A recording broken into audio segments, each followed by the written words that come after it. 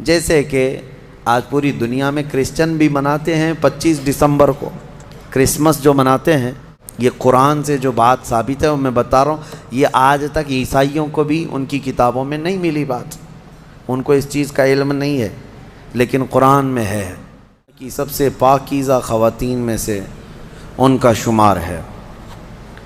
حضرت be be مریم کی ولادت کا واقعہ میں تیسرے پارے کی تفسیر میں سورہ آل عمران میں عرض کیا تھا کہ ان کے ماں باپ نے منت کی تھی، ان کے حضرت بی بی مریم کی ماں حنا اور ان کے والد عمران، انہوں نے منت کی تھی کہ اگر بیٹا ہوگا تو بیت المقدس میں وقف کریں گے۔ پھر وہ بیٹی پیدا ہوئی، پھر بھی انہوں نے بیت المقدس میں وقف کیا، اور جب حضرت بی بی مریم کچھ جوان ہوئیں تو ایسا ہوا کہ اللہ کریم کے حکم سے جبرائیل امین علیہ السلام آئے اور آ کر کے ان سے کہا کہ میں تمہیں ایک بیٹا دینے کے لیے آیا ہوں۔ تو حضرت بی بی مریم گھبرائیں، کہا انی اعوذ بالرحمن منک ان کنت تقیا، اگر تو نیک آدمی ہے تو دور ہو جا، میں اللہ کی پناہ مانگتی ہوں تجھ سے، مجھے آج تک کوئی مرد نے چھوا تک نہیں ہے۔ تو پھر حضرت جبرائیل نے کہا انما انا رسول ربک لاہب لک غلاما زکیا، میں تو تیرے رب کا فرشتہ ہوں، تیرے رب کا قاصد ہوں، بھیجا ہوا ہوں، اور تجھے ایک بیٹا دینے کے لیے آیا ہوں۔ بی بی مریم نے پوچھا، قالت انا یکون لی غلام ولم یمسسنی بشر ولم اک بغیا، مجھے بیٹا کیسے ہو سکتا ہے، مجھے آج تک کسی مرد نے چھوا نہیں اور نہ ہی میں بدکار عورت ہوں، مجھے کیسے بیٹا ہوگا؟ قال کذالک، جبرائیل امین نے کہا ایسے ہی اللہ چاہتا ہے۔ هو علی ہین، قال ربک هو علی ہین وقد خلقتک من قبل ولم تک هو علی ہین ولنجعلہ آیۃ للناس، تیرا رب یہ فرما رہا ہے کہ یہ کام اس کے لیے بڑا آسان ہے، رب تعالیٰ کے لیے بڑا آسان ہے، اور تجھے بغیر کسی شوہر کے ٹچ کیے چھوئے ایک بیٹا دے گا اللہ تعالیٰ، تاکہ اس بیٹے کو اللہ اپنی نشانی بنا دے اور اپنی طرف سے اس کو رحمت بنائے، اور اللہ کا یہ فیصلہ ہے۔ یہ بات چیت ہو رہی کس کے درمیان؟ حضرت بی بی مریم اور حضرت جبرائیل علیہ السلام۔ جبرائیل علیہ السلام اللہ کے فرشتے ہیں، فرشتوں کے اندر یہ بات پہلے سے آپ کو یاد رہے، نہ وہ فرشتے مرد ہیں نہ عورت ہیں، نہ ان کے اندر انسانی فطرت کے تقاضے جو ہوتے ہیں، شہوتیں، وہ بالکل نہیں ہوتی۔ فرشتہ گناہ کرنا تو دور کی بات، گناہ کے متعلق سوچ بھی نہیں سکتا، اللہ نے وہ چیز ہی فرشتے کے اندر نہیں رکھی، فرشتوں کے اندر شہوت کا مادہ ہے ہی نہیں، خواہشات نفسانیہ بالکل نہیں، نفس ان کے اندر نہیں ہے۔ جبرائیل امین علیہ السلام جب ان کا اور حضرت بی بی مریم کا جو ایک کنورسیشن ہے، اس کو قرآن پاک میں بیان فرمایا رب تعالیٰ نے۔ اب اس کے بعد اچانک ہوا یہ فَحَمَلَتْهُ فَانْتَبَذَتْ بِهِ مَكَانًا قَصِيًّا، اچانک بی بی مریم حضرت جبرائیل امین کے پھونک مارنے سے حاملہ ہو گئی۔ صرف انہوں نے پھونک مارا، کون؟ جبرائیل امین علیہ السلام، پھونک مارا تو وہ حضرت بی بی مریم کیا ہوئیں؟ حاملہ ہو گئی، اور جیسی وہ حاملہ ہوئیں تو ان کو خوف ہوا کہ اب قوم کیا کہے گی، تو وہ ایک آبادی سے بہت دور چلی گئیں جہاں کوئی نہ دیکھتا ہو، اور وہ ایک گھنی باغیچے کے جو کھجوروں کے درخت وہاں پر تھے، اس باغیچے میں چلی گئیں۔ یہ ایسا نہیں ہے کہ یہ حمل 9 مہینے کا تھا، بلکہ یوں حمل ہوا اور پھر بچے کی ولادت بھی، زیادہ دن تک کا یہ عمل نہیں تھا۔ بہرحال جب حضرت بی بی مریم بچے کی ولادت کے آثار نظر آنے لگ گئے، قریب ایک باغیچے میں گئیں، وہاں کا تذکرہ بھی رب تعالیٰ فرماتا ہے فَأَجَاءَهَا الْمَخَاضُ إِلَى جِذْعِ النَّخْلَةِ، ایک کھجور کے درخت کی جڑ کو پکڑ کر کے وہ بیٹھی رہیں، اور پھر اس کے نیچے سے وہاں سے آواز دینے لگی اپنے رب کو کہ مولا میری حفاظت فرما۔ اور درد ایسا ہوتا ہے ولادت کے وقت کا، اس وقت کے الفاظ حضرت بی بی مریم کے قرآن فرما رہا ہے، وہ کہہ رہی تھی کنت نسیا منسیا، یہ درد سے پہلے میں مر گئی ہوتی، بھلا دی گئی ہوتی، کاش میں ان تمام چیزوں میں نہ ہوتی۔ عورت جو ہے اس درد کے وقت بہت ہی زیادہ فرسٹریٹ ہوتی ہے، بہت تکلیف دہ ہوتی ہے، تکلیف زدہ ہوتی ہے، اس قدر کہ موت کے وقت ہونے والی تکلیف سے تھوڑی سی کم تکلیف بچے کی ولادت کے وقت ہوتی ہے۔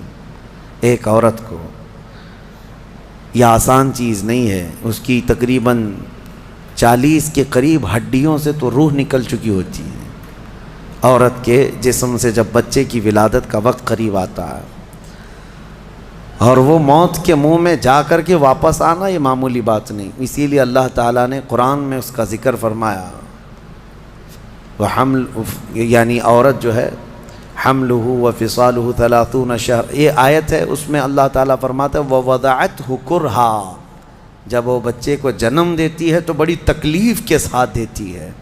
حضرت بی بی مریم کا بھی جب وہ وقت آیا تو وہ درخت کی جڑ کو پکڑ کر کے آواز دینے لگیں، کاش میں اس درد سے پہلے ختم ہو چکی ہوتی، بھلا دی گئی ہوتی۔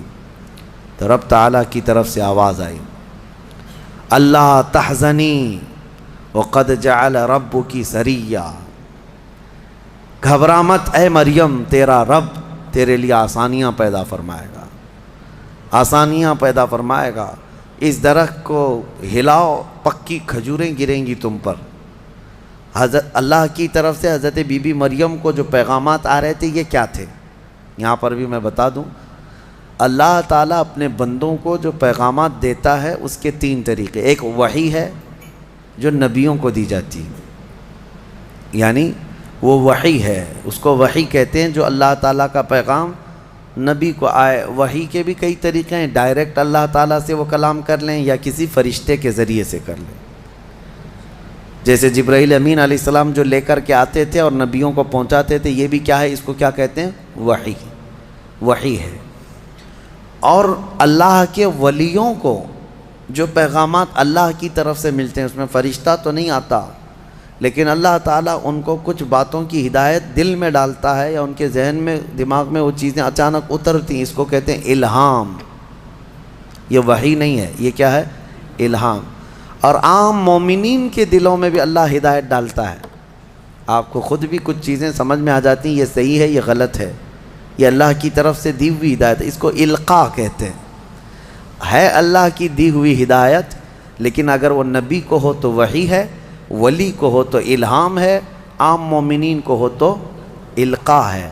اور کچھ کافروں کو بھی ہوتی ہے، کافروں کو جو چیزیں معلوم ہوتی ہیں اس کو استدراج کہتے ہیں، یعنی وہ بھی کچھ چیزیں معلوم کر لیتا ہے۔ بہرحال یہ ایک الگ بحث ہے۔ حضرت بی بی مریم کو یہ الہام اللہ کی طرف سے تھا۔ اللہ تبارک و تعالیٰ نے ان کو فرمایا کہ درخت کی یہ جڑ کو ہلاؤ، پکی کھجوریں گریں گی۔ کھجوریں گریں تو اللہ کا حکم ہوا فکلی وشربی وقری عینا، کھاؤ پیو اور اپنی آنکھیں ٹھنڈی کرو۔ درد زہ اس کو کہتے ہیں، بچے کی ولادت کے وقت ہونے والا درد۔ قرآن کے اعتبار سے اس درد کے وقت عورت کو کھجور کھانا چاہیے، کھجور سے افاقہ ہوگا، کیونکہ قرآن میں اللہ نے بی بی مریم کو یہ عطا فرمایا۔ وہ کھجوریں کھائیں، اور اس کے بعد اب جو حکم تھا اللہ کا وہ کیا تھا؟ فَإِمَّا تَرَيِنَّ مِنَ الْبَشَرِ أَحَدًا فَقُولِي إِنِّي نَذَرْتُ لِلرَّحْمَنِ صَوْمًا، اگر کوئی آدمی تجھے نظر آ گیا بچہ ہونے کے بعد، بچے کو دیکھ کر کے کوئی بھی اگر تم کو نظر آیا تو بات مت کرنا کسی سے۔ اس وقت چپ کا روزہ ہوتا تھا، یعنی خاموشی کا روزہ، ہماری شریعت میں نہیں ہے، لیکن پہلے کی شریعت میں چپ رہنے کا روزہ بھی ہوتا تھا، یعنی وہ جو ٹائم ہے اتنے ٹائم تک کسی سے بات نہیں کریں، یہ ہونا چاہیے، لیکن ہماری شریعت میں نہیں ہے۔ کاش یہ روزہ عورتوں پر ہو جاتا، بہت سارے لوگ محفوظ ہو جاتے ہیں۔ خیر، حضرت بی بی مریم کو کہا گیا کہ چپ کا روزہ رکھنا، اور کوئی بھی اگر بات کرے تو اشارہ کرنا اپنے بیٹے کی طرف کہ اس سے بات کرو، میں آج چپ کا روزہ ہوں، یعنی وہ اشارہ لوگ سمجھ جاتے تھے کہ روزہ ہے۔ تو حضرت بی بی مریم وہاں جب پہنچیں تو درد ذہ کے بعد حضرت عیسیٰ علیہ السلام پیدا ہو گئے۔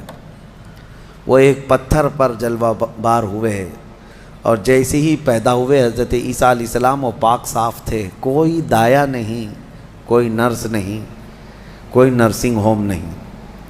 یہ اللہ تعالیٰ کی قدرت تھی، ایک صحیح سلامت بیٹا، اور وہ بھی اللہ کی نشانی بنانی تھی بغیر باپ کے۔ حضرت عیسیٰ علیہ السلام پیدا ہوئے اور حضرت بی بی مریم اپنے بیٹے کو اٹھائیں اور لے کر کے چل پڑیں ایک ہی دن میں، جس کو کہتے ہیں زچہ عورت، یعنی جس کا بچہ ہوا ہوتا ہے وہ عورت کمزور ہو جاتی ہے، لیکن حضرت بی بی مریم اپنے بیٹے کو اٹھائیں اور چل پڑیں۔ جیسے ہی وہ بستی کی طرف آنے لگی، ان کی گود میں بچہ تھا، لوگوں کی نظر پڑ گئی، کوئی ادھر ادھر چیمی گوئیاں شروع ہو گئیں، باتیں کانا پوسی، لوگ جمع ہوئے اور پوچھنے لگے، یا اخت ہارون ما کان ابوک امرأ سوء وما کانت امک بغیہ، اے مریم تو بڑی پاک خاتون ہے، اخت ہارون کہا جاتا تھا پاک عورت کو، تو بالکل ہارون کی بہن کی طرح ہے، تو نے یہ کیسے کر لیا؟ نہ تیرا باپ بدماش تھا، نہ تیری ماں بری تھی، یہ کہاں سے آ گیا تیرے اندر بچہ؟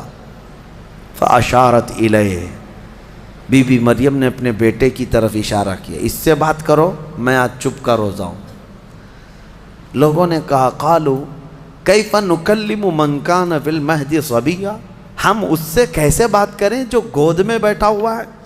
گود کے بچے سے بات کریں گے؟ تو اشارہ اس طرف کر رہی ہے۔ تو لوگ ابھی یہ بات چیت کر ہی رہے تھے، گود میں سے ہی حضرت عیسیٰ علیہ السلام بول پڑے، قال انی عبد اللہ آتانی الکتاب وجعلنی نبیا وجعلنی مبارکا اینما کنت واوصانی بالصلاة والزکاة ما دمت حیا وبرا بوالدتی ولم یجعلنی جبارا شقیا والسلام علی یوم ولدت ویوم اموت ویوم ابعث حیا۔ یہاں تک کا کلمہ عیسیٰ علیہ السلام نے گود میں ہی کیا۔ کیا کہتے ہیں؟ اے لوگوں، میں اللہ کا بندہ ہوں، انی عبداللہ، میں اللہ کا بندہ ہوں، اور اس نے مجھے نبی بنا کر بھیجا ہے۔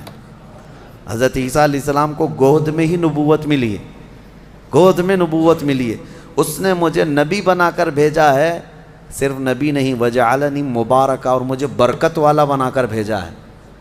اور پھر مجھے اللہ نے یہ حکم دیا ہے میں جہاں کہیں پر بھی رہوں نماز قائم کروں، زکوٰۃ دیتا رہوں، جب تک میں زندہ رہوں نماز قائم کرتا رہوں اور زکوٰۃ دیتا رہوں، ان کی امت کی اور ان کی شریعت کی جو نماز رہی۔ اور پھر اللہ نے مجھے حکم دیا ہے کہ میں میری ماں کا فرما بردار رہوں اور اس کا نافرمان نہ رہوں۔ اور پھر آخری والا جملہ تو بہت امپورٹنٹ ہے ہم سنیوں کے لیے، جو عیسیٰ علیہ السلام نے کیا۔ عیسیٰ علیہ السلام کی ولادت کا دن، جیسے کہ آج پوری دنیا میں کرسچن بھی مناتے ہیں 25 دسمبر کو، کرسمس جو مناتے ہیں، الگ الگ روایتیں واللہ عالم جو بھی ان کی پیدائش کا دن رہا، لیکن عیسیٰ علیہ السلام کا یہ جملہ بڑا امپورٹنٹ ہے۔ آخر میں اپنی گود میں انہوں نے کیا کہا؟ والسلام علی یوم ولدت ویوم اموت ویوم ابعث حیا، کہتے ہیں مجھ پر اللہ کی سلامتی ہو جس دن میں پیدا ہوا، جس دن میں پیدا ہوا، اور جس دن میں انتقال کروں گا، اور جس دن میں اٹھایا جاؤں گا، وہ سب ان سب دنوں پر اللہ کی سلامتی ہو۔ عیسیٰ علیہ السلام جس دن پیدا ہوئے وہ سلامتی والا دن ہے، تو 12 ربیع الاول کیوں نہ سلامتی والا دن؟ میرے آقا صلی اللہ علیہ وسلم جس دن پیدا ہوئے کیا وہ سلامتی والا دن نہیں ہے؟ اور ایک نبی خود اپنی ولادت کے دن سلام بھیج رہے ہیں، اور یہاں کروڑوں امتی اپنے نبی کے پیدائش کے دن سلامتی بھیجیں، تو یقیناً یہ قرآن کے حکم کے مطابق ہے۔ بہرحال یہاں تک بات ہوئی، اب چپ ہو جانا چاہیے۔ بچے کی زبان سے جب یہ باتیں سن لی، یہ معجزہ نہیں تو اور کیا ہے؟ اس کے بعد عیسیٰ علیہ السلام ایسا نہیں کہ گود میں ہی بولتے تھے، بس اتنا بولے اور خاموش ہو گئے۔ پھر جب بولنے کی عمر آئی بچوں کی، تب آپ پھر بولنے لگے۔ اب عیسیٰ علیہ السلام کے متعلق اب سنیے، جب آپ پھر جوان ہوئے اور عجیب و غریب باتیں، ظاہر سی بات ہے اللہ کے نبی ہر زمانے میں پاک لوگ ہوا کرتے ہیں، پاکیزہ لوگ، ان کی زبان میں اثر الگ۔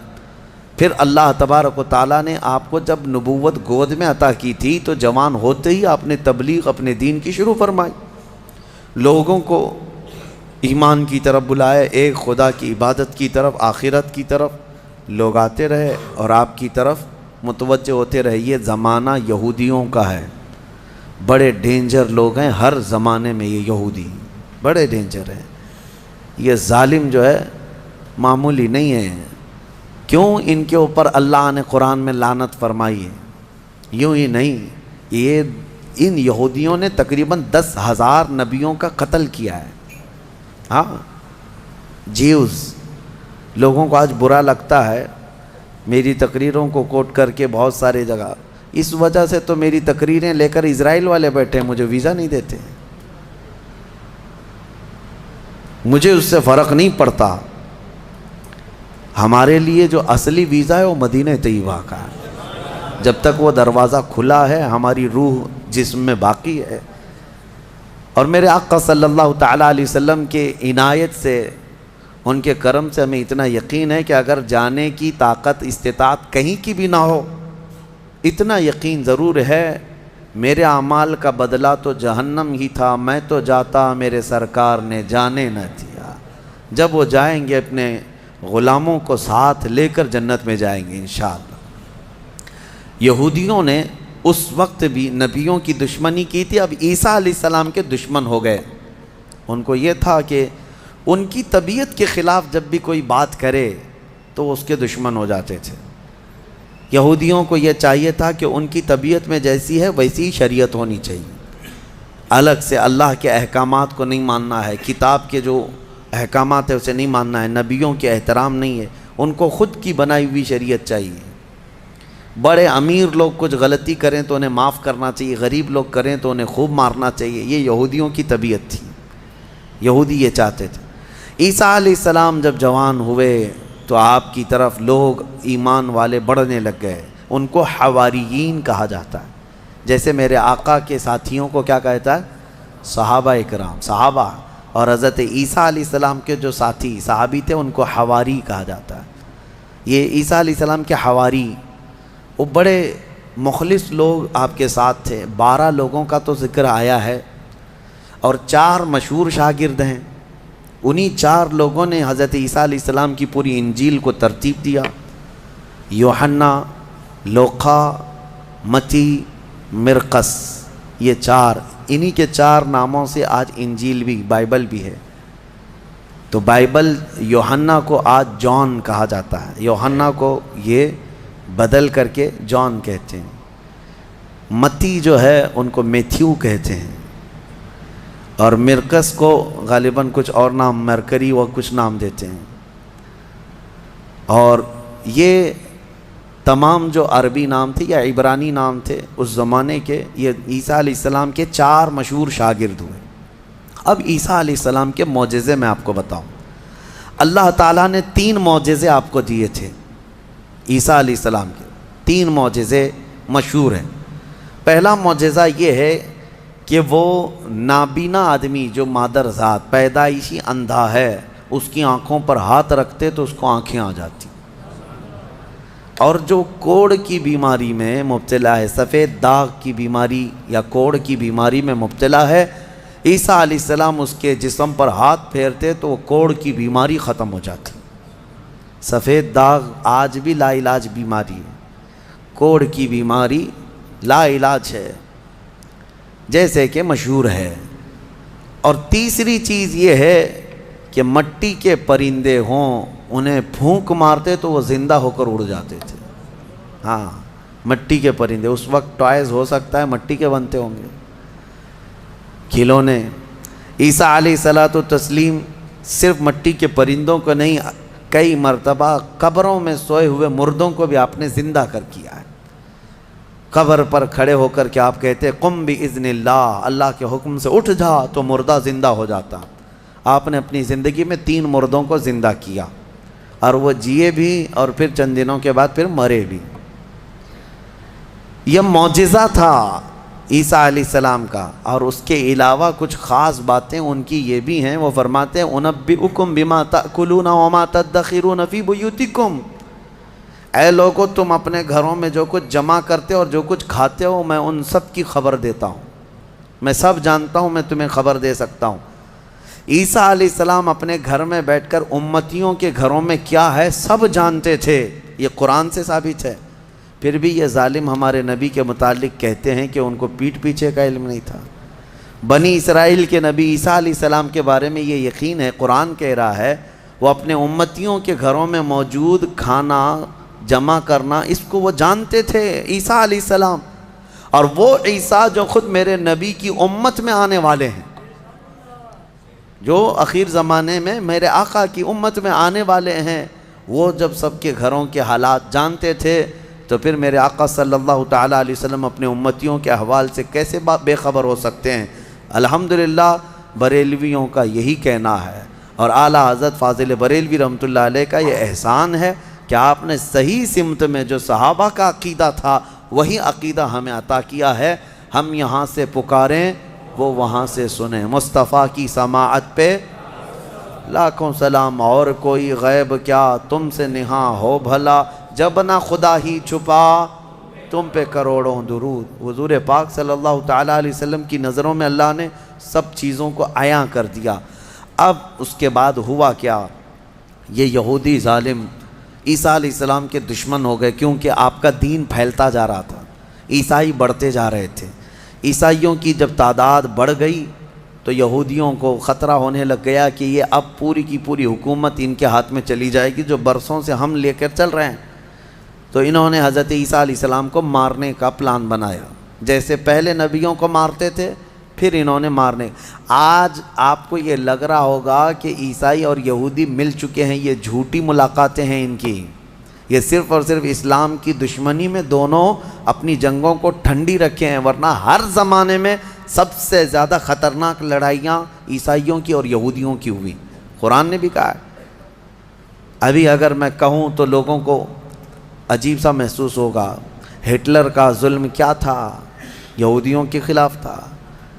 اور بیت المقدس میں ہرکیولس جس کو ہرقل کہا جاتا ہے، اس نے تو توڑ کر کے اینٹ سے اینٹ بجا کے رکھ دیا تھا۔ ٹائٹس ایک بادشاہ گزرا عیسائیوں کا، اس نے تو پورے یہودیوں کو ختم کر رکھا تھا، خون سے نہلا دیا تھا پوری زمین کو۔ بہت مرتبہ ان کی لڑائیاں ہوئی، اور جب یہودی پاور میں آتے عیسائیوں کو مارتے تھے۔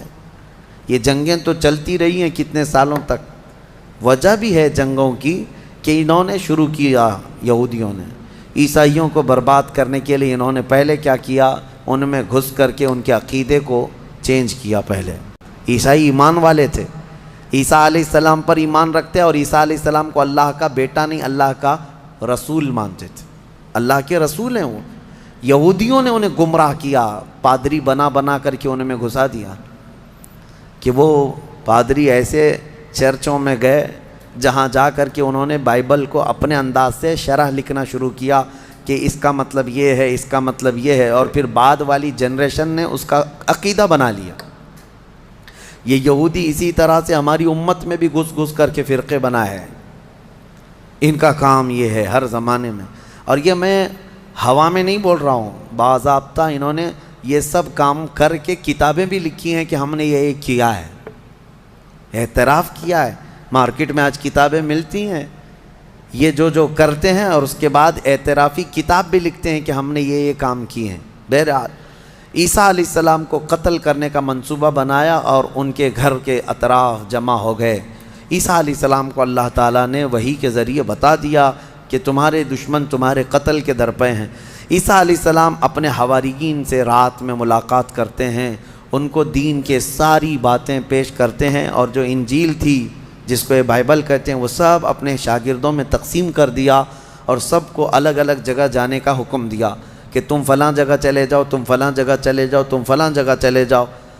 اور پھر سب کو یہ اپنی آخری وصیت میں کہا میں اللہ کے حضور جا رہا ہوں۔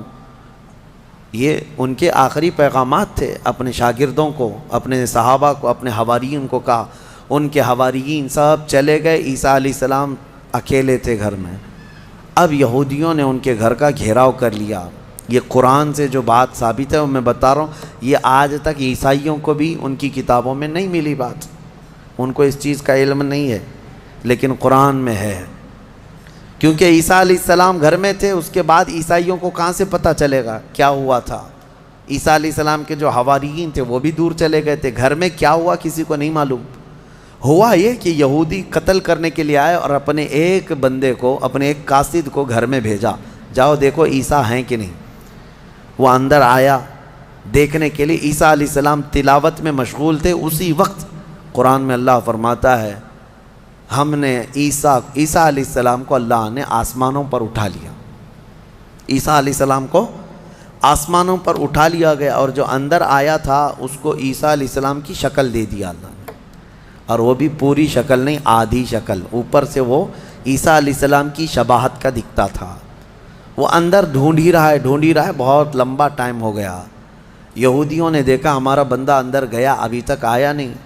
بہت دیر انتظار کرنے کے بعد جب وہ نہیں آیا باہر، تو سارے یہودی تلوار سوتے خود ہی گھس گئے اندر، گھر کے اندر. اور جا کر کے دیکھا تو یہ شخص کھڑا تھا، عیسیٰ علیہ السلام کی شکل تھا. پکڑ کر کے لائے اسی کو کہ عیسیٰ مل گیا، عیسیٰ مل گیا. وہ جوش میں تھے، لا کر کے سولی پر چڑھا دیا اپنے ہی بندے کو. اس کو سولی پر، سلیب پر چڑھا دیا اور قتل کر دیا. وہ پھانسی پر بیچارہ چڑھ گیا. اس کے بعد ان کی دماغ میں یہ بات آئی، اب کھوپڑی کھلی کہ ہمارا بندہ کہاں گیا، جس کو ہم نے گھر میں چیک کرنے کے لیے بھیجا تھا وہ کہاں گیا. تو بعض لوگوں نے پیر یعنی ناف سے لے کے نیچے تک کا حصہ دیکھ کر کے کہا یہ تو ہمارا بندہ دکھتا ہے، ہمارا آدمی دکھتا ہے جس کو ہم نے اندر بھیجا تھا، اس لیے کہ اس کے نیچے کا حصہ جو ہے ہمارا وہ جو شخص تھا اس سے ملتا جلتا ہے. تو پھر وہ کہنے لگے یہ اگر ہمارا یہ آدمی ہے تو پھر عیسیٰ کہاں گئے، وہ کہاں ہیں، گھر کے اندر سے کہاں چلے گئے، ہم نے تو گھر کا گھیراؤ کیا تھا. وہ اسی شک میں پاگل ہوتے رہے بیچارے. یہ اگر عیسیٰ ہے تو ہمارا شخص کہاں ہے، اگر یہ ہمارا شخص ہے تو عیسیٰ کہاں ہے. اور زبردستی کسی کو پھانسی دے دیا، پھانسی پر چڑھایا اور اعلان بھی کر دیا سب کو کہ ہم نے عیسیٰ علیہ السلام کو پھانسی دے دیا.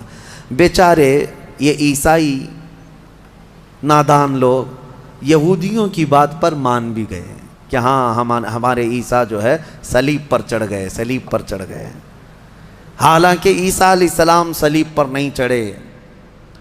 ہمارا عقیدہ یہ ہے کہ عیسیٰ علیہ السلام زندہ ہیں اور ان کو آسمانوں پر اٹھایا گیا ہے اور وہ آئیں گے واپس.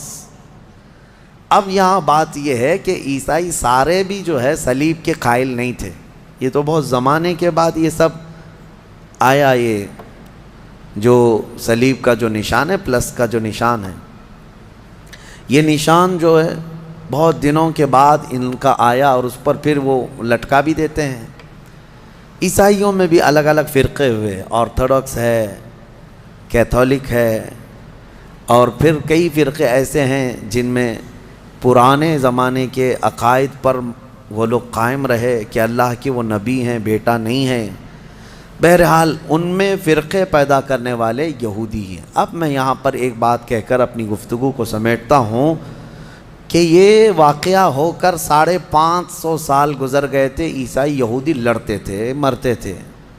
570 سال گزر گئے عیسیٰ علیہ السلام کے آسمانوں پر اٹھائے جانے کے بعد.